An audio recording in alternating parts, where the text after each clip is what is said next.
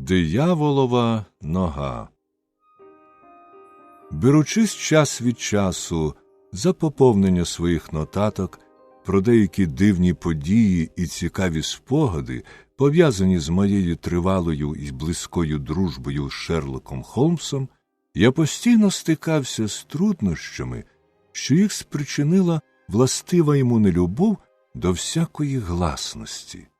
Його похмурі і несхильні до марнославства натурі були неприємні галасливі похвали, і після успішного завершення чергової заплутаної справи він найбільше розважався тоді, коли, приписавши всі свої заслуги якому-небудь поліцейському служаці, слухав з глузливою усмішкою гучний хор поздоровлень, спрямованих явно не за адресою.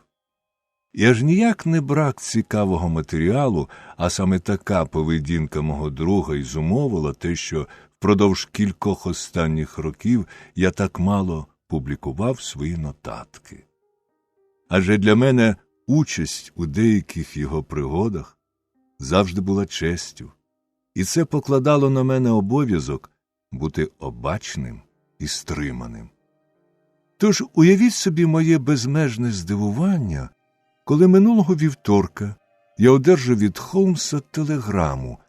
Він ніколи не надсилав листів, якщо можна було обійтися телеграмою, такого змісту. Чому б не розповісти публіці про корнуольський жах, найдивовижніший випадок з усіх, які я будь-коли розплутував? Не знаючи, що саме змусило Холмса згадати про той випадок, і не розуміючи, яка забаганка спонукала його висловити бажання, щоб я розповів про ту подію, але, побоюючись, що Холмс передумає, і надійшли ще одну телеграму із забороною робити це, я негайно розшукав нотатки з точними подробицями тієї справи і ось пропоную читачам свою розповідь.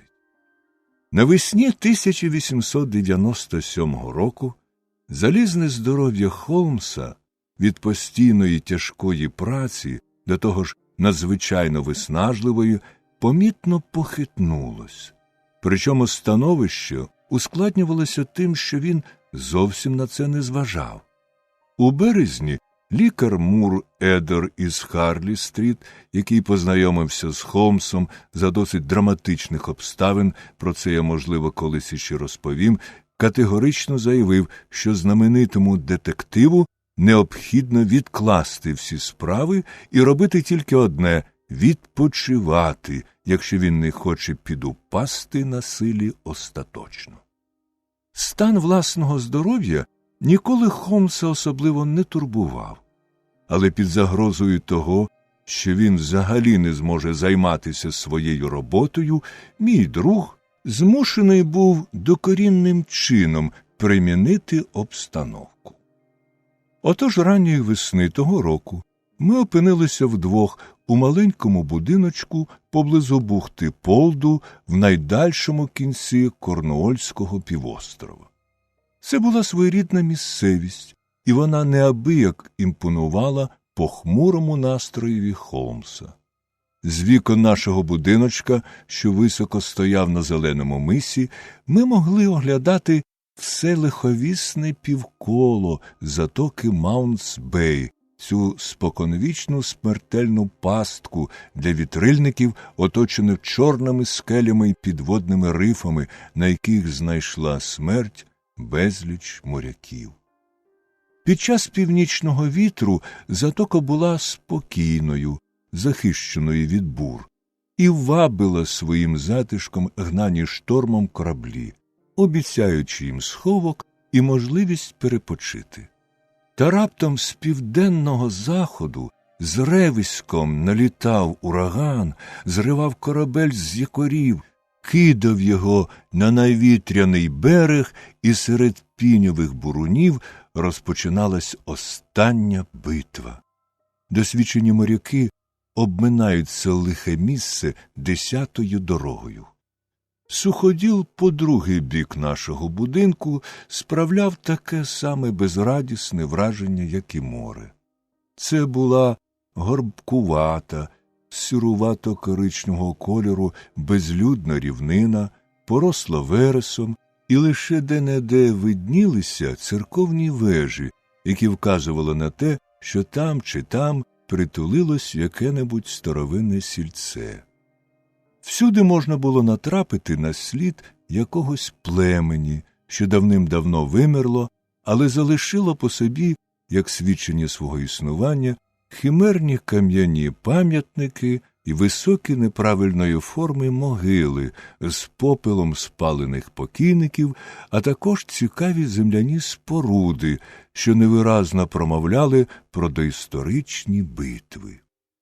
Таємнича чарівливість цієї місцевості, лиховісні привиди забутих племен знайшли відгук в уяві мого друга, і він більшу частину свого часу проводив у прогулянках і самотніх роздумах на порослих вересом пустощах.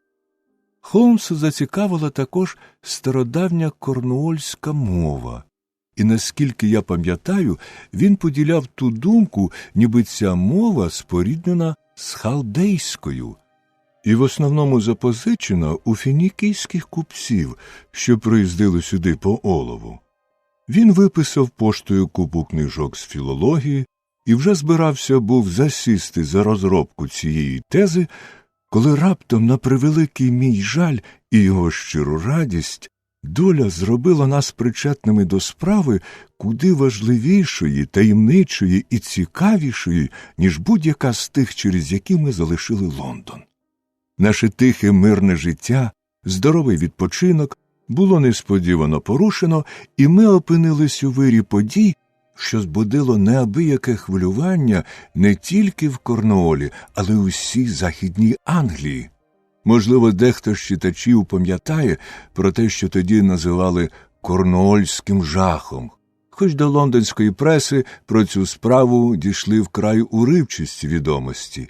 І ось тепер, через 13 років, настав час повідомити справжні подробиці того незбагненного випадку. Я вже казав, що нечисленні церковні вежі вказували на села, розкидані в цій частині Корнуолу. Найближчим до нас було сільце Тріденікс-Уолес, де хатки сотні другої його мешканців густо тулились довкола старовинної, порослої мохом церкви. Священник цієї парафії, містер Раундхей, захоплювався археологією, і на цьому ґрунті Холмс з ним і познайомився. Це був чоловік років за 40, опасистий, привітний, що добре знав як тамтешні місця, так і своїх парафіян.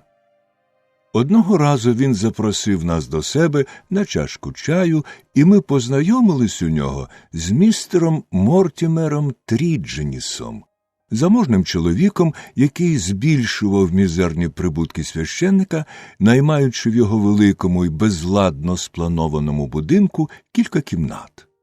Самотній священник був радий цьому, хоч і не мав нічого спільного із своїм пожильцем, худорлявим брюнетом в окулярах, таким сутулим, що на перший погляд він видавався справжнім горбанем. Пам'ятаю, за час нашого короткого візиту священник справив на нас враження неабиякого балакуна. Зато його пожилець був надиво мовчазний, сумний і заглиблений у себе.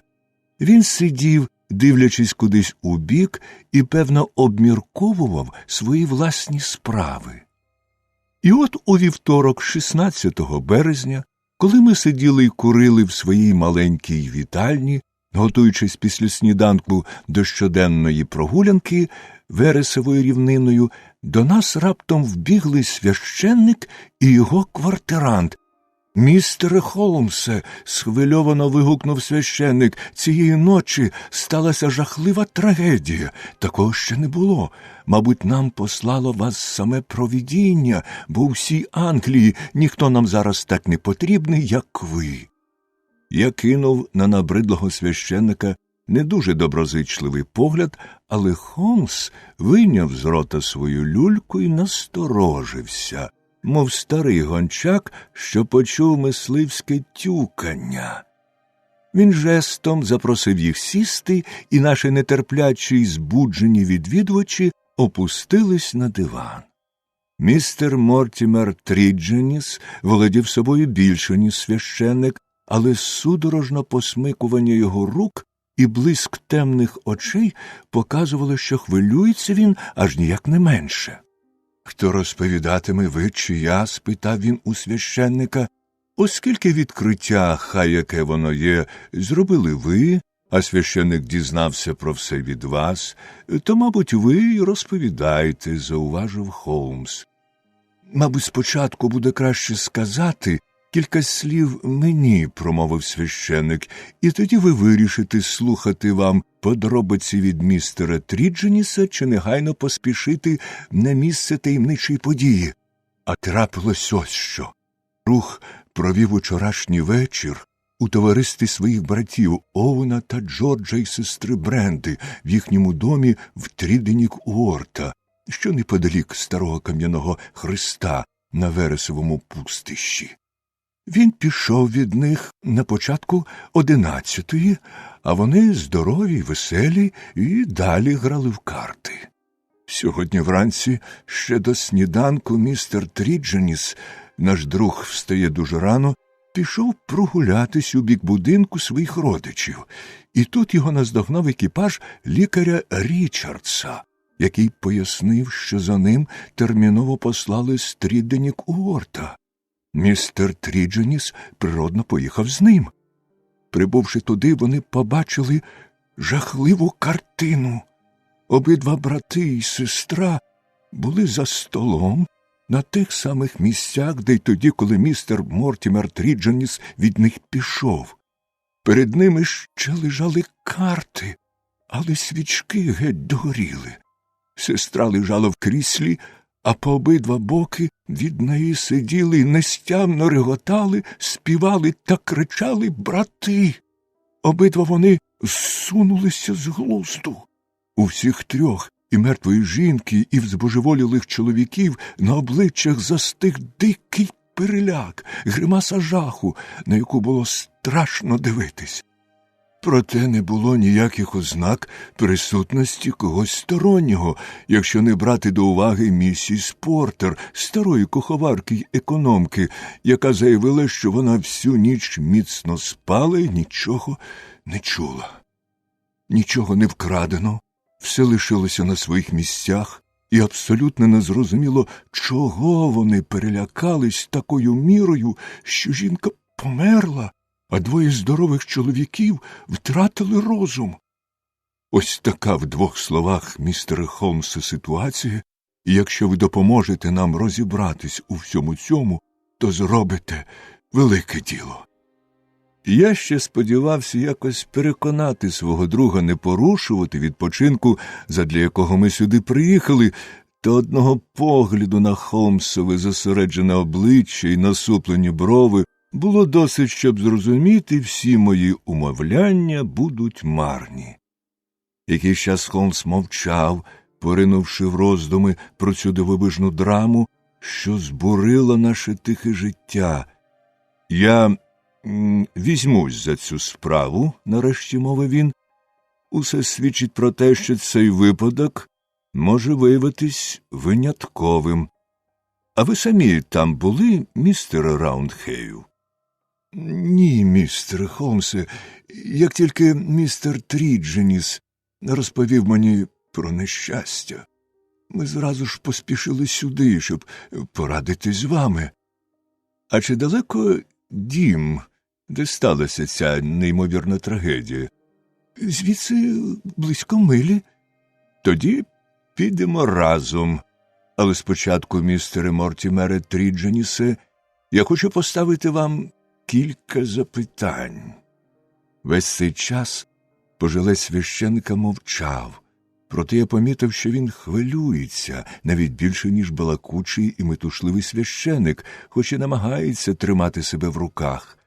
Обличчя його сполотніло й спотворилось, неспокійний погляд не відривався від Холмса, а тонкі руки нервово стискались. Коли священик розповідав про жахливе нещастя, що спіткало родичів його пожильця, зблідлі губи Трідженіса тремтіли, а в очах, здавалося, відзеркалюється вся страхітлива картина. «Питайте, про що хочете, містере Холмсе?» – охоче відгукнувся він.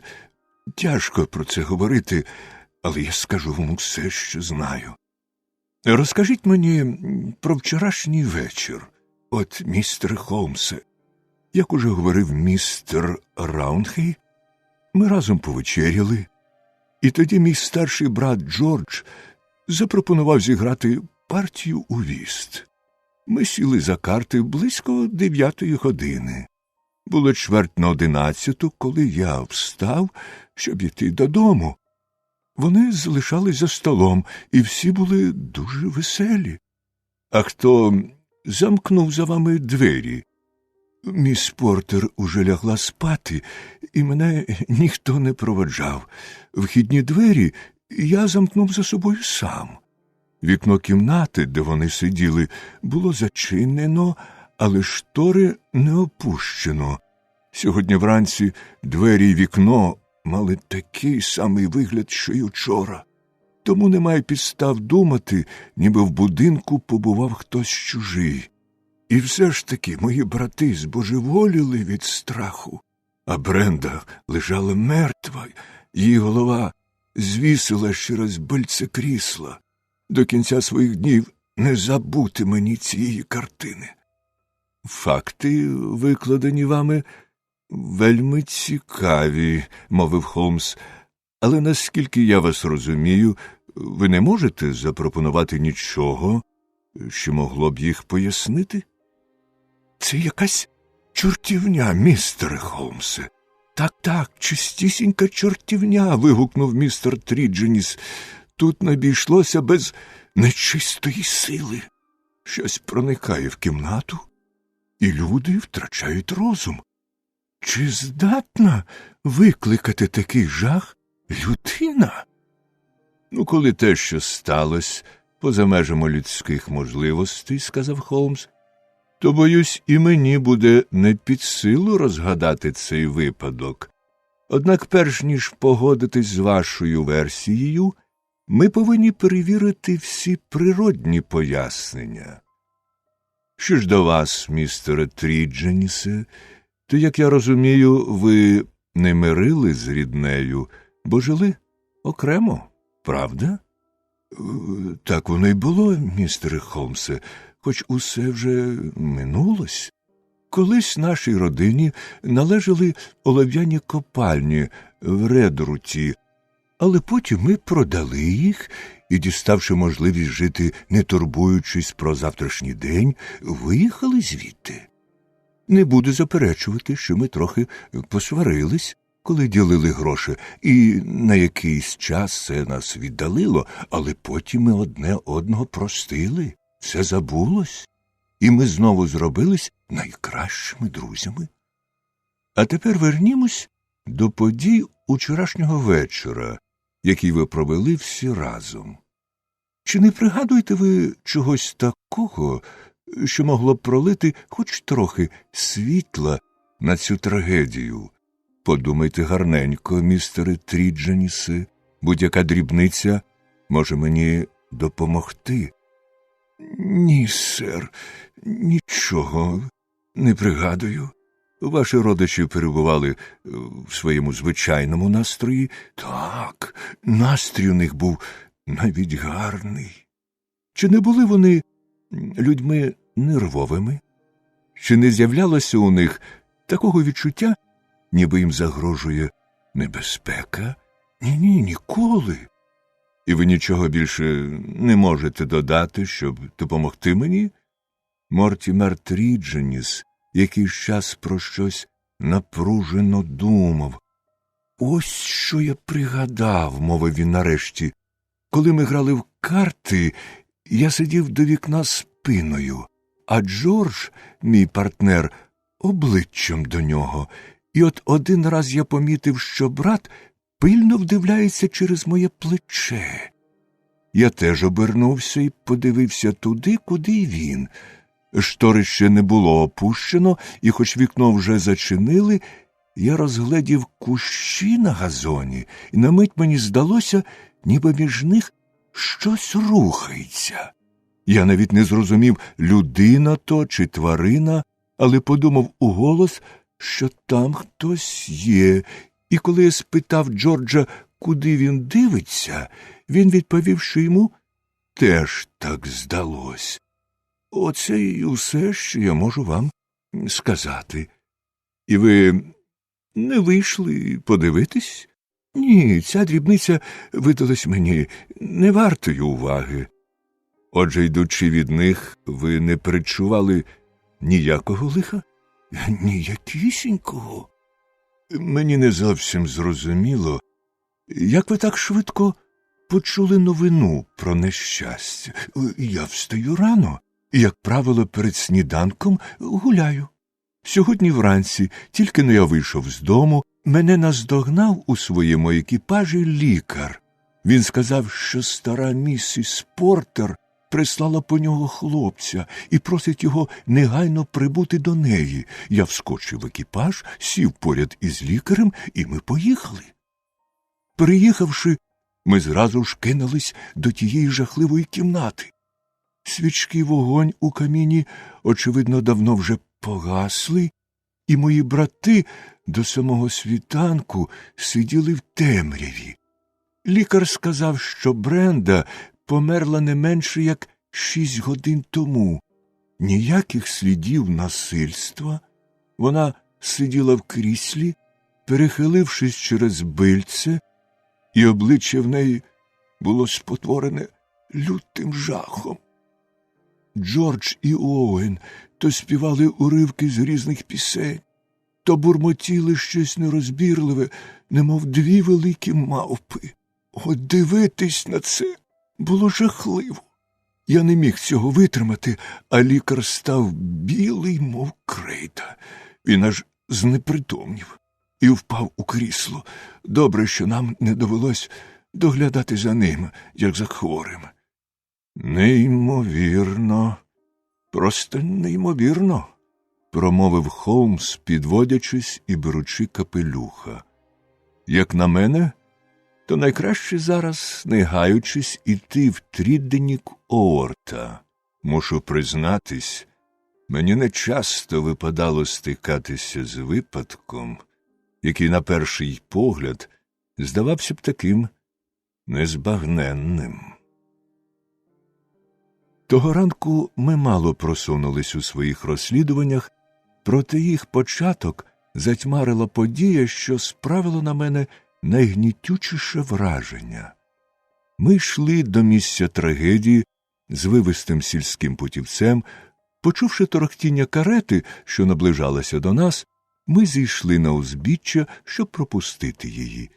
І от коли карета порівнялася з нами, я на мить побачив за зачиненим віконцем страхітливо спотворене, з вишкіряними зубами обличчя, що глянула на нас палаючими очима. Ці непорушні очі й зціплені зуби промайнули повз нас, мов жахне видіння. «Мої брати!» – вигукнув Мортімер Трідженіс, блідий як смерть. «Їх везуть у Хелстон». Ми, зціпенівши, провели поглядом карету, що котила путівцем, потім знову рушили до лиховісного будинку. Це була велика і світла оселя, швидше віла, ніж котедж, з чималим садом, де завдяки м'якому корнуольському клімату повітря вже було напоєне запахом весняних квітів. У цей сад і виходило вікно вітальні, а через нього, як запевняв Мортімер Трідженіс, і проникла нечиста сила, сама поява якої затьмарила розум тих, хто там перебував. Перш ніж зійти на ганок, Холмс повільно й замислено пройшовся доріжкою перед будинком і поміж квітників. Пам'ятаю, він так поринув у свої думки, що спіткнувся об поливальницю і перекинув її, заливши водою і доріжку, і наші ноги. В домі нас зустріла літня корнуольська економка місіс Портер, яка з допомогою молоденької дівчини піклувалась про задоволення потреб своїх хазяїв. Економка радо відповідала на всі Холмсові запитання. Ні, вночі вона нічого не чула. Так, її хазяї останнім часом перебували в чудовому настрої. Вона ніколи не бачила раніше, щоб вони були такі веселі й задоволені. Вона зомліла від жаху, коли увійшла вранці до кімнати і побачила за столом таке страхітливе товариство.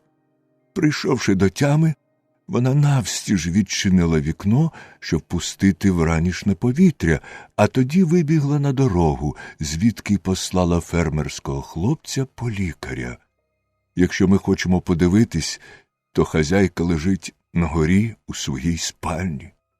4 здоровенних санітарів ледве запхали братів у карету для божевільних.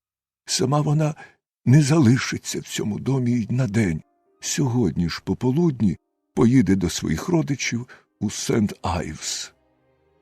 Ми піднялися сходами нагору й оглянули тіло. Міс Бренда Трідженіс була надзвичайно вродлива, дарма що стояла вже на порозі зрілого віку. Навіть після смерті її смагляве, з тонкими рисами обличчя було прекрасне, хоч його й спотворив вираз передсмертного жаху. Із спальні ми спустилися у вітальню, де й сталася уся ця дивовижна трагедія.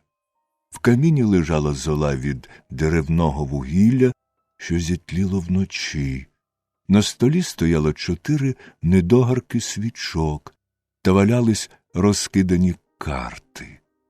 Стільці відсунули під стіну, але інших предметів ніхто не чіпав, і зночі ніщо не змінилось. Холмс легкою швидкою ходою пройшовся по кімнаті.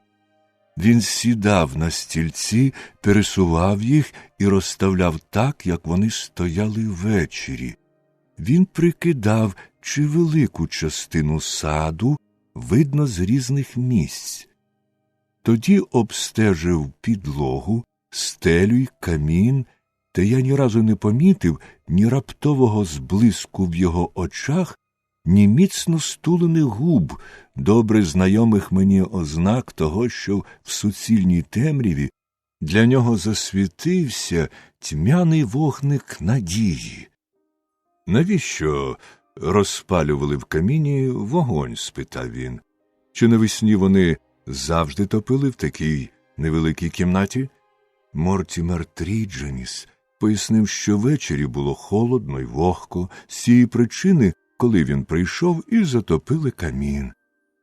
«Що ви збираєтеся робити далі, містере Холмсе?» – запитав він. Мій друг посміхнувся і поклав свою долоню на мою руку. «Знаєте, Вотсоне», – мовив він, – «мені, мабуть, знову доведеться взятися за люльку і отруюватись тютюном, хоч ви досить часто і справедливо засуджували цю погану звичку. З вашого дозволу, джентльмени, ми повернемось додому, оскільки я не розраховую, що на очі нам потрапить тут ще щось нове. Я всебічно проаналізую всі відомі мені факти, містере Трідженісе, і якщо мені на думку спаде варта уваги ідея, я обов'язково повідомлю про це вас і священника. А поки що дозвольте попрощатись». Повернувшись до нашого будинку біля бухти Полду, Холмс довго й зосереджено мовчав. Він сидів у кріслі, підібгавши під себе ноги, і в хмарі голубуватого тютюнового диму ледве проступало його худорляве аскетичне обличчя. Брови насуплені, чоло перетнула глибока зморшка, погляд відсутній. Нарешті він відклав люльку й схопився на ноги. Нічого не виходить, Вотсоне, розсміявся він. Ходімо краще погуляємо біля скель та пошукаємо крем'яні наконечники для стріл. Знайти їх значно легше, ніж ключ до цієї загадки. Силувати мозок до праці, коли немає достатнього матеріалу, все одно, що вмикати на повну потужність мотор. Він розлетиться на шматки. Морське повітря, сонце й терпіння – ось що нам потрібно, Вотсоне, а все інше прийде само собою. А тепер спокійно обміркуймо наше становище, провадив він далі, коли ми йшли стежкою над урвищем. Давайте-но міцно триматися того, що ми таки знаємо, хоч це й дрібниці, щоб потім, коли з'являться нові факти, можна було зразу поставити їх на належне місце. Домовимося, по-перше, що ніхто з нас не припускає можливості втручання в людські справи диявола. Викиньмо все це з голови. Так, чудово. Тепер перед нами залишилось 3 особи, які тяжко потерпіли від свідомої або несвідомої людської дії. Це безперечно. Далі, коли це трапилось? Якщо вірити містеру Мортімеру Трідженісу, то, очевидно, зразу по тому, як він пішов. Це дуже важливий момент. Припустимо, все відбулось за кілька хвилин після того, як він вийшов із кімнати. Карти лежать на столі.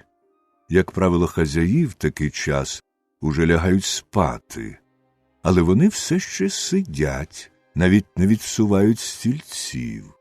Отже, повторюю, подія сталася зразу ж, як тільки містер Мортімер Трідженіс зачинив за собою двері і аж ніяк не пізніше 11-ї години вечора. Другий, очевидний крок, який нам треба зробити, це простежити, наскільки можливо, куди подався Мортімер Трідженіс, вийшовши з кімнати. Це зовсім не складно. І його дії, наче, поза всякими підозрами. Ви добре знаєте мої методи і, безперечно, здогадались, що досить таки незграбна хитрість із поливальницею знадобилась мені для того, щоб мати чіткіший відбиток його черевиків. На мокрому піску слід вийшов чудовий. Учора ввечері, як ви пам'ятаєте, теж було вогко, і я, маючи готовий зразок, легко зміг знайти сліди Мортімера Трідженіса серед інших і простежити його шлях.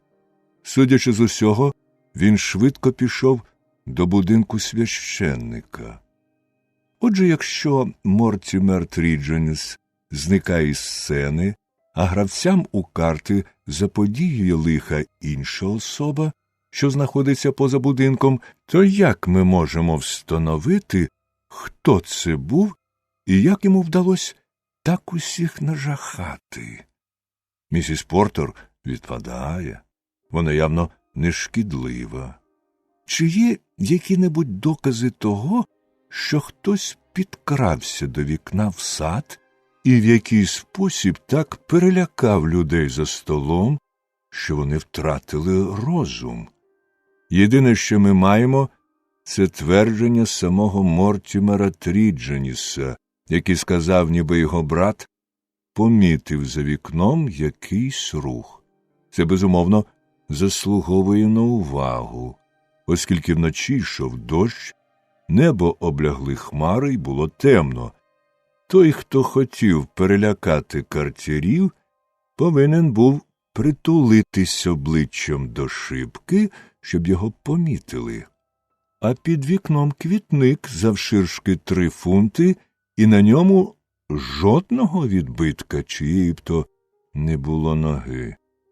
Важко уявити, як людина, що була на дворі, змогла справити на товариство таке жахливе враження. До того ж ми не бачимо обґрунтованих мотивів, такого дивного вчинку. Тепер ви розумієте, які перед нами труднощі, Вотсоне? Ще пак, переконано відповів я. І все ж таки, якби в нас хоч трохи побільшало матеріалу, ми б довели, що їх можна подолати, сказав Холмс. По-моєму, у ваших багатющих архівах, Вотсоне, чимало майже таких самих заплутаних випадків. А зараз відкладімо цю справу, поки не надійдуть більш точні відомості. Решту ранку я пропоную присвятити пошукам неолітичної людини. Здається, я вже казав про виняткову здатність мого друга цілком відключатись від своїх навіть найнав'язливіших думок, але я ніколи не дивувався з цього більше, ніж того весняного ранку в Корнуолі, коли він 2 години поспіль розмірковував уголос про кельтів, крем'яні наконечники, різні череп'я так безтурботно, наче йому зовсім не треба було розплутувати зловісну таємницю.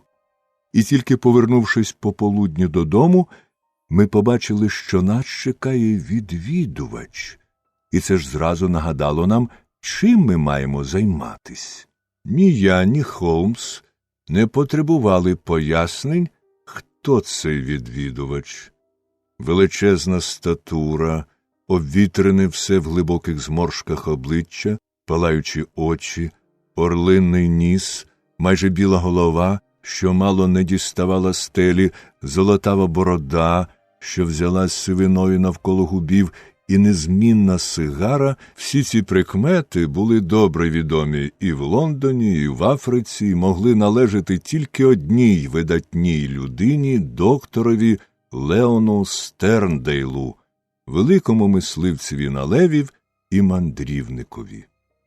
Ми чули, що він перебуває десь у цих краях, і раз чи два бачили здаля на вересових пустищах його високу постать. Проте він не виявляв бажання познайомитися з нами, нам таке теж не спадало на думку, бо було чудово відомо, що саме любов до самотності спонукає його більшу частину часу між подорожами проводити в маленькому будиночку, схованому в лісі біля Бітчемп Ераймс. Там він і мешкав, у цілковитій самотині, оточений книжками і географічними картами, сам вів своє нехитре господарство і зовсім не цікавився сусідами. Через це мене дуже здивувала нетерплячість, з якою він розпитував Холмса, чи пощастило тому розгадати хоч що-небудь у цій таємничій справі.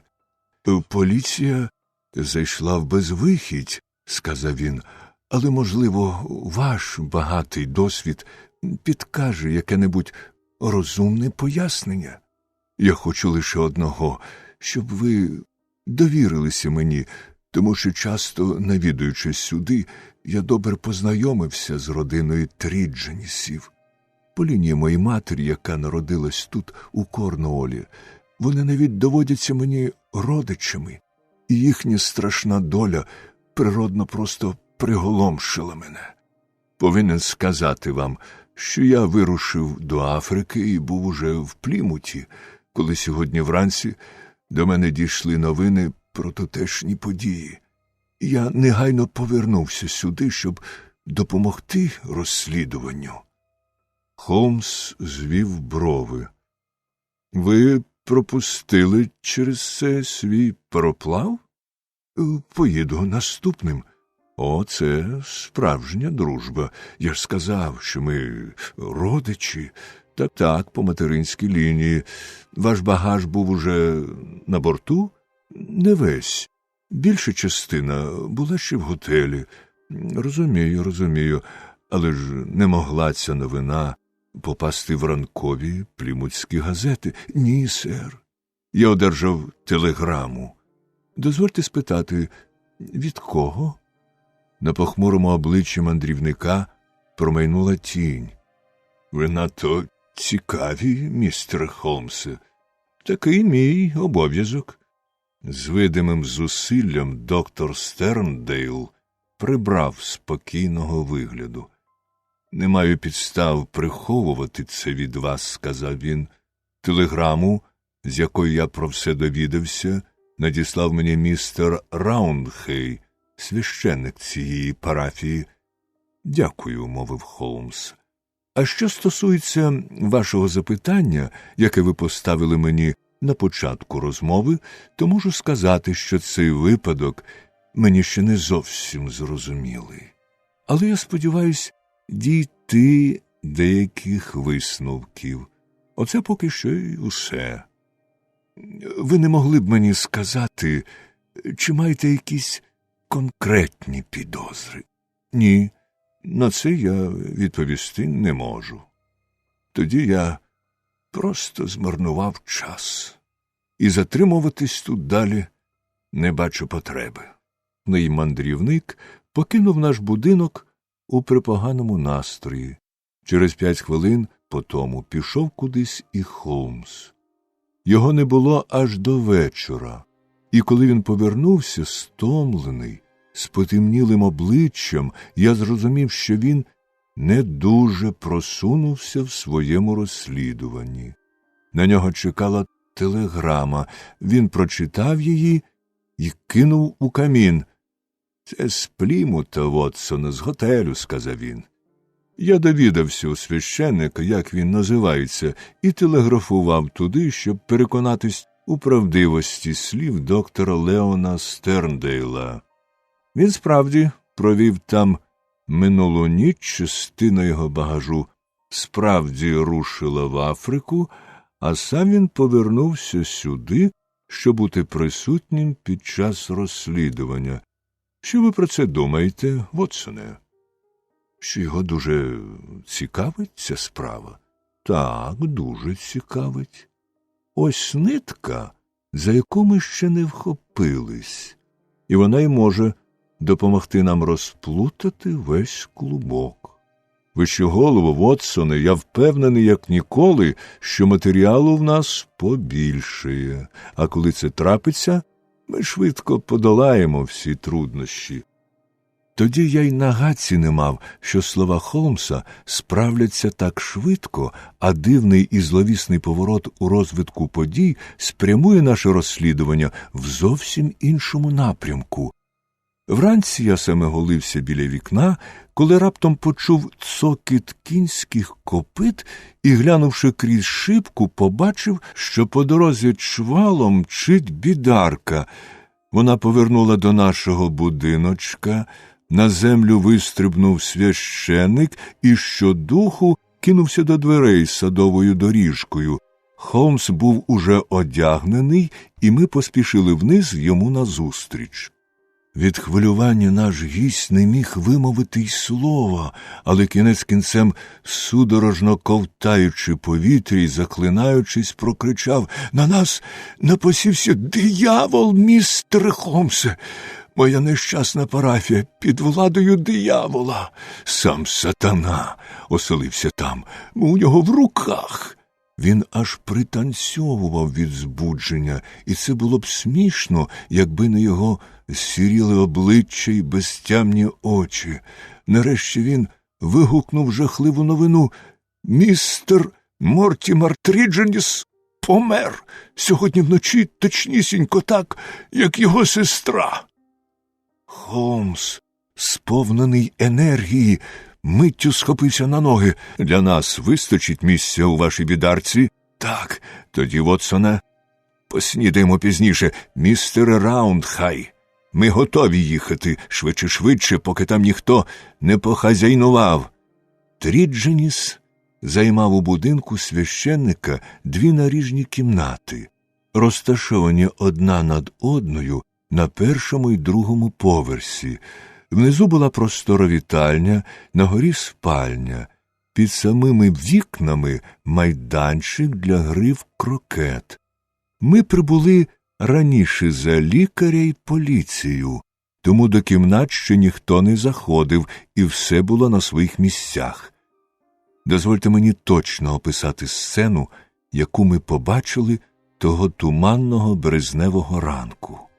Вона так глибоко закарбувалася у моїй пам'яті, що мені не забути її до віку.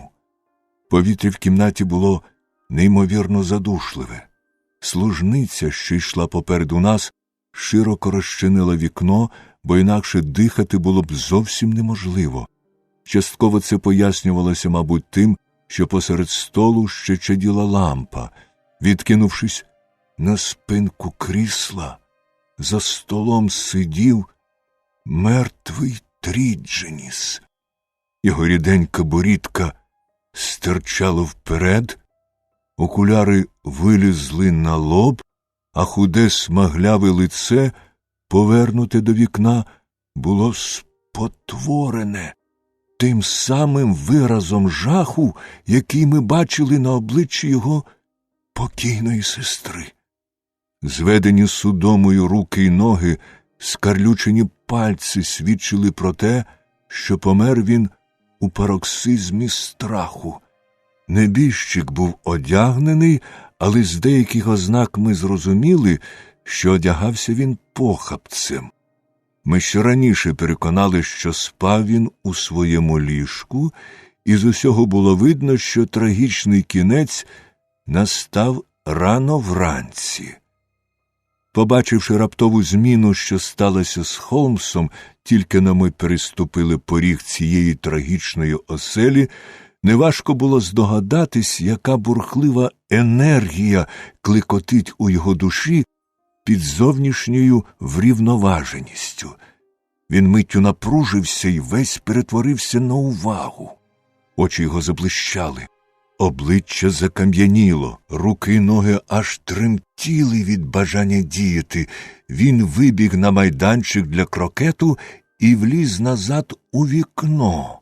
Оббіг вітальню, гайнув у спальню, точнісінько гончак, що зачув лисячу нору. У спальні він швидко роззирнувся довкола і відчинив вікно. Тут, очевидно, його хвилювання дійшло межі, тому що, глянувши вниз, він аж скрикнув. Потім збіг сходами вниз, вистрибнув у розчинене вікно вітальні, упав до лілиць на майданчику для гри в крокет, підхопився і знову вскочив у вітальню. Все це із завзяття мисливця, який по п'ятах женеться за здобиччю. Він якнайдетальніше оглянув звичайнісіньку на вигляд лампу, навіть виміряв її резервуар, потім через лупу скрупульозно обстежив слюдяний абажур, що закривав горішній кінець лампового скла, і, заскріпши з нього трохи кіптяви, сипав її в конверт, а конверт сховав у гаманець. Нарешті, після того, як з'явились лікар і поліція, він жестом підкликав священника, і ми втрьох вийшли на майданчик для гри в крокет. Радий повідомити вас, що моє розслідування виявилось не зовсім марним, зауважив він. Я не можу залишатись тут, щоб обговорювати цю справу з поліцією, але буду вам надзвичайно вдячний, містере Раундхею, якщо ви засвідчите інспекторові мою пошану і звернете його увагу на вікно в спальні та на лампу у вітальні. Взяті окремо, вони наводять на деякі роздуми, а взяті разом майже дають можливість дійти певних висновків. Якщо інспекторові знадобиться додаткова інформація, буду вельми радий бачити його в нас. Здається мені, Вотсоне, нам краще знайти собі діло в іншому місці. Чи інспектора обурило втручання приватного детектива, чи він уявив, що стоїть на правильному шляху до розкриття злочину, але впродовж наступних 2 днів ми про нього навіть не чули.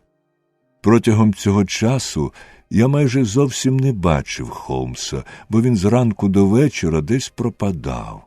причому ходив завжди сам і ніколи не казав, де буває, а коли з'являвся вдома, то лише мовчки курив та про щось думав. Проте один експеримент мого друга допоміг мені збагнути напрям його пошуків. Він купив лампу, точнісіньку копію тієї, що горіла в кімнаті Мортімера Трідженіса в ранок його смерті. Наливши в лампу такого самого гасу, як і той, що ним користувались у домі священика, він старанно вирахував, як довго він вигоряє. Другий експеримент Холмса мав більш неприємні наслідки, і я, мабуть, не забуду його ніколи. Ви, безперечно, пам'ятаєте, Вотсоне, звернувся він до мене, що в усіх розмовах, які ми чули про обидва злочини, є спільна деталь. Я маю на увазі те, як впливало повітря кімнат на того, хто перший туди заходив. Пригадуєте, Мортімер Трідженіс, описуючи свій останній візит у дім братів, згадав, що лікар, увійшовши до кімнати, впав у крісло. Невже забули? А я чудово пам'ятаю. А пригадуйте, як місіс Портер, економка, розповідала нам, що їй стало млосно, коли вона зайшла до своїх хазяїв і довелося мерщій відчиняти вікно? Страшна задуха була і в кімнаті Мортімера Трідженіса, хоч служниця розчинила вікно навстіж. Ця служниця, як я пізніше довідався, так занедужала, що аж злягла. Отже, Вотсоне, ви мусите визнати, що це дуже промовисті факти. В обох випадках одне й те саме – отруєне повітря. Також в обох випадках у кімнатах щось горіло. Спочатку камін, потім лампа. Вогонь у каміні запалили, щоб зігрітися. Але лампу було засвічено, це показує кількість вигорілого газу набагато пізніше, після того, як зовсім розвиднілось. Чому? Я твердо переконаний, що між цими трьома речами – горінням, задушливим повітрям і, нарешті, божевіллям або смертю – є певний зв'язок. Тепер зрозуміло чи ні? Та нібито зрозуміло. В кожному разі ми можемо прийняти це за робочу гіпотезу. Припустимо далі, що в обох випадках спалювали якусь речовину, через що повітря набувало невідомих отруйних властивостей. Дуже добре. В першому випадку, в будинку Трідженісів, цю речовину було вкинуто в камін. Тоді вікно було зачинено, але вогонь, природно, майже все виносив у димар. Звідси випливає, що отрута тут повинна була діяти не так сильно, як у другому випадку, коли отруйним випарам ніде було подітись. Та й наслідки підтверджують це. В першому випадку вбито тільки жінку, як істоту більш слабку, а чоловіки тимчасово або назавжди втратили здоровий розум, що є, очевидно, першою стадією дії цього зілля. В другому випадку отрута спрацювала безвідмовно. Міркуючи так, я зрозуміло сподівався знайти в кімнаті Мортімера Трідженіса залишки цієї речовини. Шукати треба було, в першу чергу, на слюдяному абажурі лампи або на її склі. Там, як і слід було чекати, я побачив товстий шар пухнастої сажі, а по краях смужку брунатного порошку, який не встиг згоріти. Половину цього порошку, ви це бачили, я поклав у конверт. А чому половину, Холмсе? Не в моїх звичках, шановний Вотсоне, ставати на перешкоді поліції. Я залишив їм усі виявлені докази злочину. Отрута чекала їх на абажурі. Їм тільки треба було розкинути розумом, щоб побачити її. Ну, а тепер, Вотсоне, засвітимо нашу лампу. Однак вживемо застережних заходів, відчинимо вікно, аби не допустити передчасної загибелі двох достойних членів суспільства. Та сідайте в крісло коло вікна, якщо, звичайно, ви не відмовляєтеся взяти участь в експерименті, як годилось би вчинити розважливій людині. О, та ви вирішили не відступати, так? Я не помилився вас, Вотсоне. А це крісло я поставлю напроти вашого, щоб ми сиділи обличчям один до одного і були на однаковій відстані від отрути. Двері залишимо напіввідчиненими. Тепер вам зручно спостерігати за мною, а мені за вами, і ми зможемо вчасно припинити експеримент, якщо симптоми виявляться загрозливими, зрозуміло? А тепер я беру з конверта порошок, точніше те, що від нього залишилось, і кладу його на лампу. Все. Ну, Вотсоне, сідаймо й чекаймо, що буде далі. Чекати довелось недовго. Не встиг я сісти в крісло, як почув ледь уловимий мускусний запах, тонкий і нудотний. Вдихнувши його, я зразу ж втратив контроль над своїм мозком і уявою. Густа чорна хмара заклубочилась перед моїми очима, і я раптом відчув, що божеволію. Крижаний жах скував мене. Я відчув, як волосся в мене на голові стає дибом. Очі вилізають із орбіт, а язик дерев'яніє. Я спробував був крикнути і, почувши звідтіля хрипке каркання, насилу збагнув, що це мій власний голос. Тієї ж миті останнім рятівним зусиллям я видерся з безодні відчаю, і переді мною виникло обличчя Холмса. Біле, непорушне, спотворене жахом. Такі самі обличчя я бачив недавно у померлих. Спогад про них повернув мене на мить до тями і надав сили. Я зірвався з крісла, обхопив Холмса руками.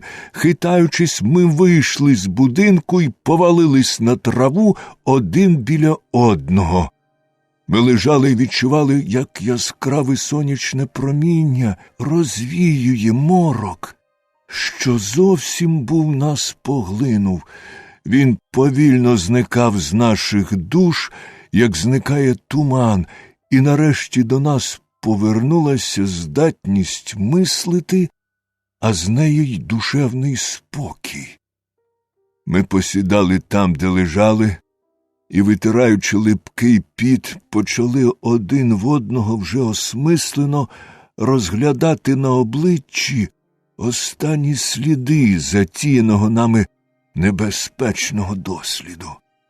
«Слово честі, Вотсоне», – промовив нарешті Холмс, – «мені треба подякувати вам і попрохати вибачення.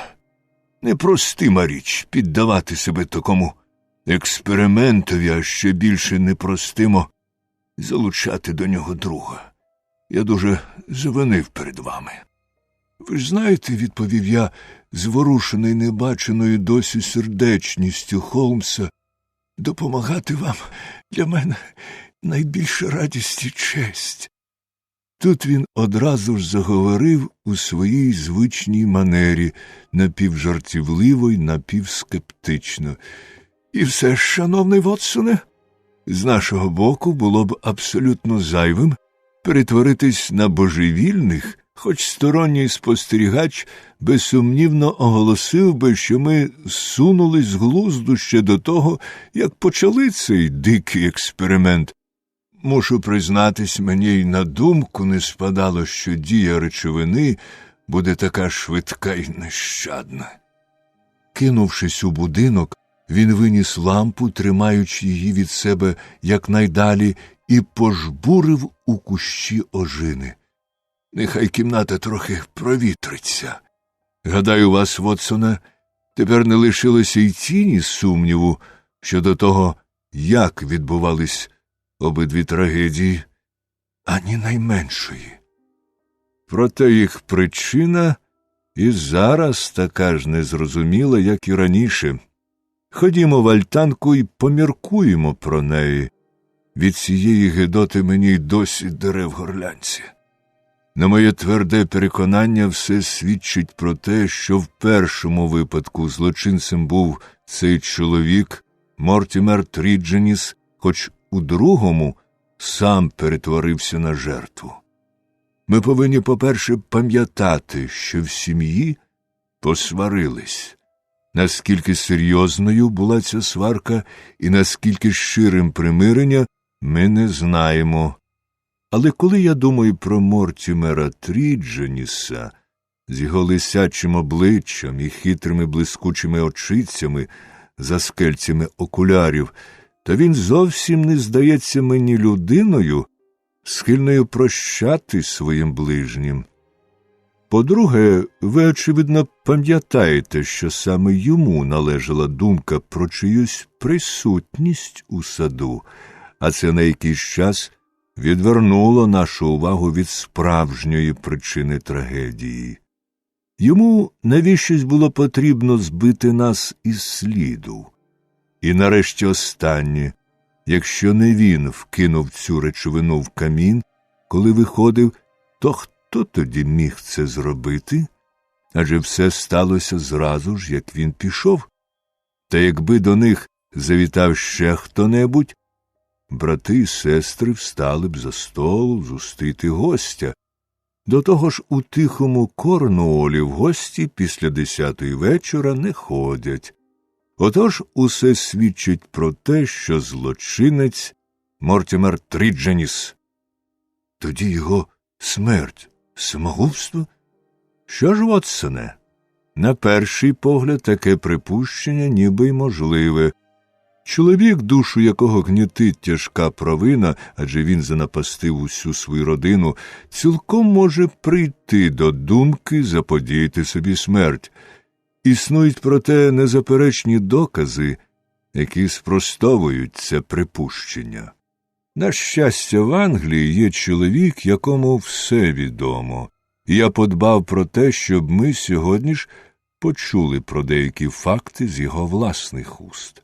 А ось і він, навіть трохи раніше, ніж ми домовлялись. Будь ласка, по цій доріжці, докторе Стерндейл. Ми робили в будинку деякі хімічні експерименти, і тепер наша кімната навряд чи годиться, щоб приймати в ній такого славнозвісного гостя. Я почув, як грюкнула садова хвіртка, і на стежці з'явилась величезна статура дослідника Африки. Він, трохи здивований, повернув до альтанки, де ми сиділи. — Ви посилали за мною, містере Холмсе? — спитав він. — Я одержав вашу записку з годину тому, і оце прийшов до вас, хоч і не розумію, чим зобов'язаний. Сподіваюсь, все буде з'ясовано в ході нашої розмови, — відповів Холмс. А поки що я дуже вдячний вам за вашу люб'язну згоду зустрітися з нами.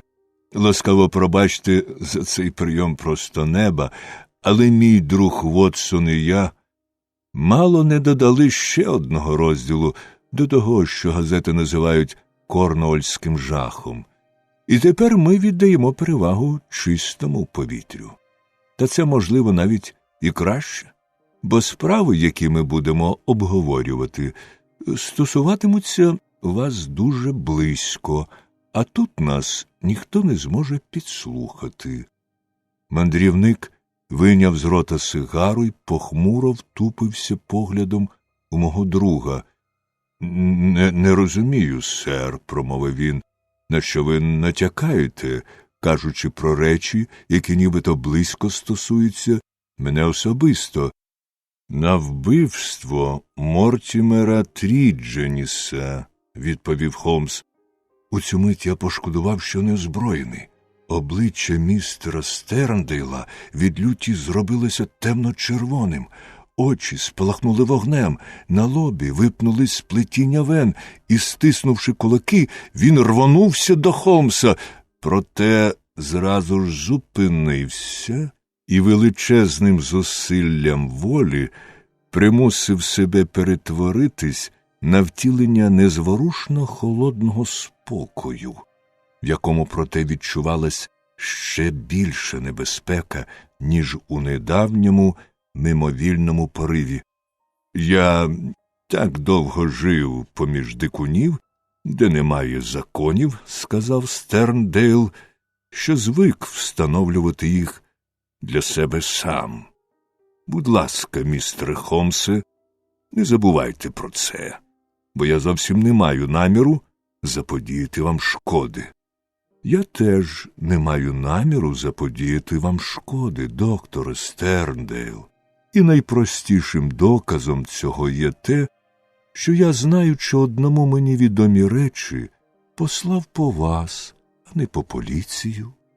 Стерндейл сів, важко переводячи подих, мабуть, уперше в житті охоплений шанобливим страхом.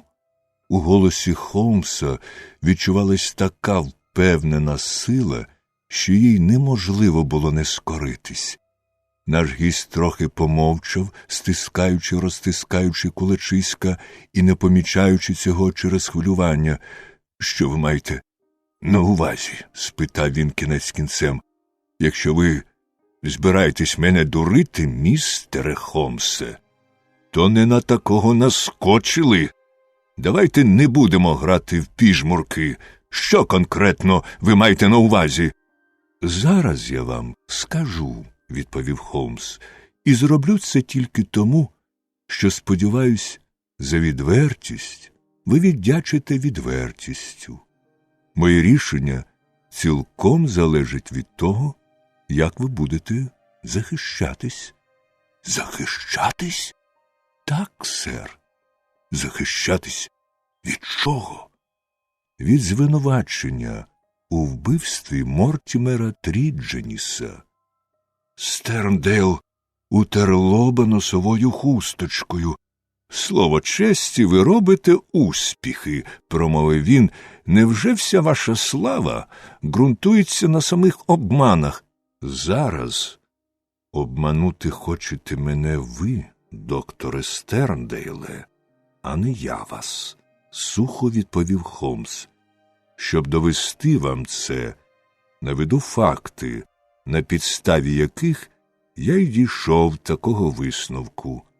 Повернення з Плімута, коли ви дозволили, щоб більшу частину вашого багажу відправили в Африку, було першим сигналом звернути на вас увагу.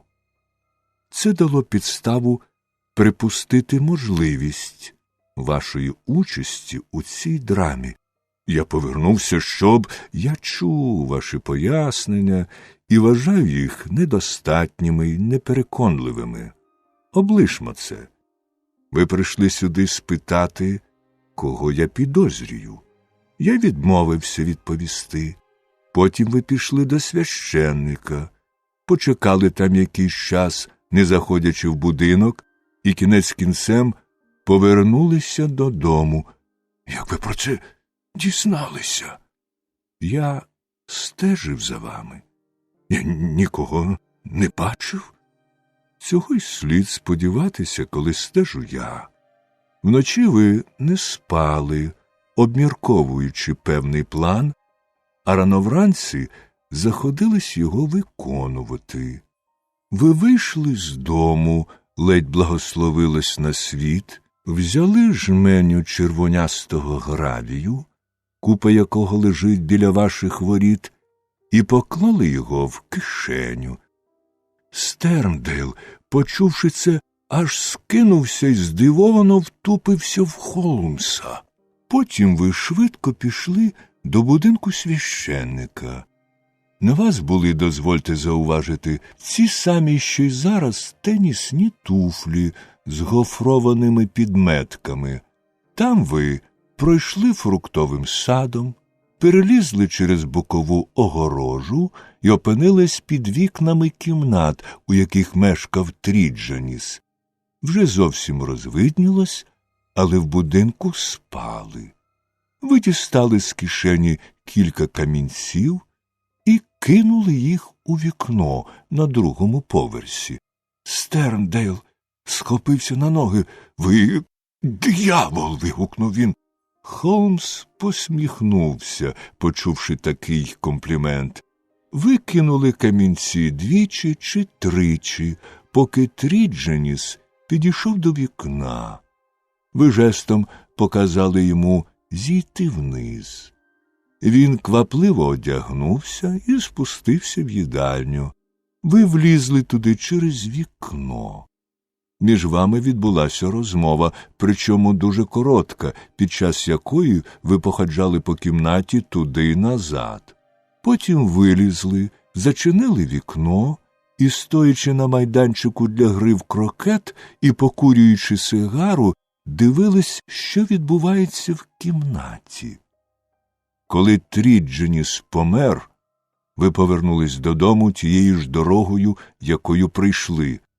А тепер, докторе Стерндейле, чим ви поясните свою поведінку і які були мотиви ваших дій? Якщо ви будете викручуватись або хитрувати зі мною, я передам цю справу в інші руки, запевняю вас. Ще під час звинувачувальної промови Холмса обличчя нашого гостя зробилося сірим, як попіл. Коли Холмс замовк, Стерндейл затулив лице долонями і на якийсь час поринув у роздуми. Потім раптово вихопив з нагрудної кишені фотографію і кинув її на грубо збитий стіл. «Ось чому я це вчинив!» – промовив він. Це був портрет надзвичайно вродливої жінки. Холмс схилився над столом. «Бренда Тріджаніс», – сказав він. «Так, Бренда Тріджаніс!» – вигукнув Стерндейл. «Довгі роки я кохав її, і довгі роки вона кохала мене. Ось у чому секрет того, що мені подобалося жити самотиною в Корнуолі. І дарма усі цього дивувались, це давало мені можливість бути поблизу єдиної, найдорожчої для мене людини. Але я не міг одружитись з нею. В мене є дружина, яка багато років тому покинула мене, і з якою через сумнозвісні англійські закони я не можу розлучитись. Скільки років чекала Бренда, скільки років чекав я, і ось чого ми дочекались. Тельське тіло Стерндейла здригнулось від страшного ридання, і він стиснув себе за горло. Насилу заспокоївшись, він повів далі. Священник знав усе. Ми йому довіряли. Він може розповісти вам, яким вона була ангелом. Ось чому він телеграфував мені в Плімут, і я повернувся. Те, що для мене був багаж або Африка, коли я дізнався, яка лиха доля спіткала мою кохану. Ось вам і ключ до розгадки моєї поведінки, містере Холмсе, якого вам так бракувало. «Розповідайте далі», – сказав мій друг. Доктор Стерндейл дістав із кишені паперовий пакетик і поклав його перед нами. На ньому був напис «Redix pedis diaboli» і червона наклейка під цими словами «Пересторога про отруту». Стерндейл посунув пакетик до мене. «Я знаю, сер, що ви лікар. Чи вам відомий цей препарат?» «Корінь дияволової ноги? Вперше чую. Це ж ніяк не кидає тіні на ваші професійні знання», – сказав він, «оскільки те, що ви бачите, єдиний зразок у Європі, якщо не брати до уваги того, що зберігається в Буді. Цей препарат не попав ще ні в фармакопею, ні в літературу з токсикології. Корінь має форму чи то людської, чи то цапиної ноги. Звідси й назва, яку йому дав місіонер-ботанік. У деяких районах Західної Африки чаклуни використовують його тоді, коли виганяють з людини злих духів. Таємницю кореня вони не довіряють нікому. Цей зразок я здобув за неймовірних обставин у країні Убангі». З цими словами Стерндейл розгорнув папір, і ми побачили дрібок брунатно-червоного порошку, схожого на нюхальний тютюн. «Далі», – жорстко промовив Холмс. «Я розповів вам, містере Холмсе, майже все, а самі ви знаєте так багато, що в моїх інтересах нічого від вас не приховувати. Я вже згадував про те, що Трідженіс і я далекі родичі. Заради сестри я підтримував дружні стосунки з її братами. Після родинної сварки через гроші Мортімер Трідженіс мешкав окремо від усіх, але з часом стосунки ніби владнались. Я ставився до нього так само, як і до його братів. Він був хитрим, підступним інтриганом. Деякі його вчинки викликали в мене велику підозру. Але підстав для того, щоб порвати з ним, я не мав.